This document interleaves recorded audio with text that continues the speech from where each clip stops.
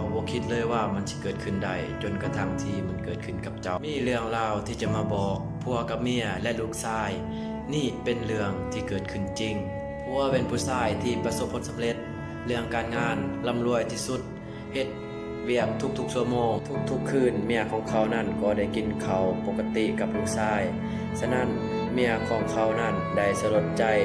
มีน้ำตาโดยความคิดฮอดและความคิดถึงเขายังบ่มีเวลาให้กับครอบครัวเลยแต่ทางเมียกับลูกชายของเขาจำเป็นต้องได้อดทนกับความเหงาและความคิดฮอดเวลาอยู่เฮือนกับลูกกับเมียแต่จิตใจไปกับเบียกกับงานหลายเกินไปจนวันหนึ่งเมียของเขาทนบ่ไหวได้ย่างมาหาผัวถามผัวว่าที่ฮักผัวเขากับลูกเหงาคิดฮอดเจ้าขอห้องให้เจ้ากลับมาเฮือนได้บ่ผัวของเขานั่นได้ตอบด้วยความฮักว่าที่ฮักตลอดเวลาที่ผ่านมาคอยยังบ่พร้อมที่จะหาพนักงานใหม่ได้เลยคอยขออีกบ่ฮอดปีกว่าคอยจะหาพนักงานมาแทนได้คอยจังสิมีเวลาให้เจ้ากับลูกแน่นอนคอยขอสัญญา6 เดือนต่อมาผัวของเขากำลังขับรถตามทางที่ไปเวียกทุกมื้อได้เสียหลักเกิดอุบัติเหตุจนเฮ็ดให้ผัวของเขานั้นเสียชีวิตในขณะนั้นบริษัทของเขาได้หาพนักงานใหม่มาแทนภายใน2 วันเท่านั้น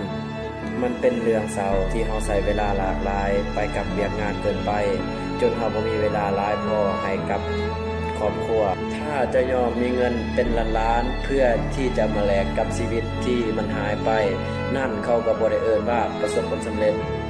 ถ้าเจ้ายอมที่จะอยู่สูงสุดของบริษัทแต่แลกกับหมู่เพื่อนและครอบครัวของเจ้าที่หายไป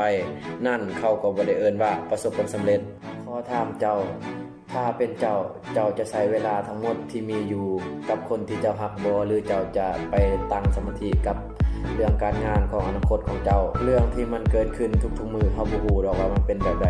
ฉะนั้นอยากให้ทุกคนตั้งสมาธิกับสิ่งที่อยู่ตอนนี้เพราะชีวิตเฮามันสั้น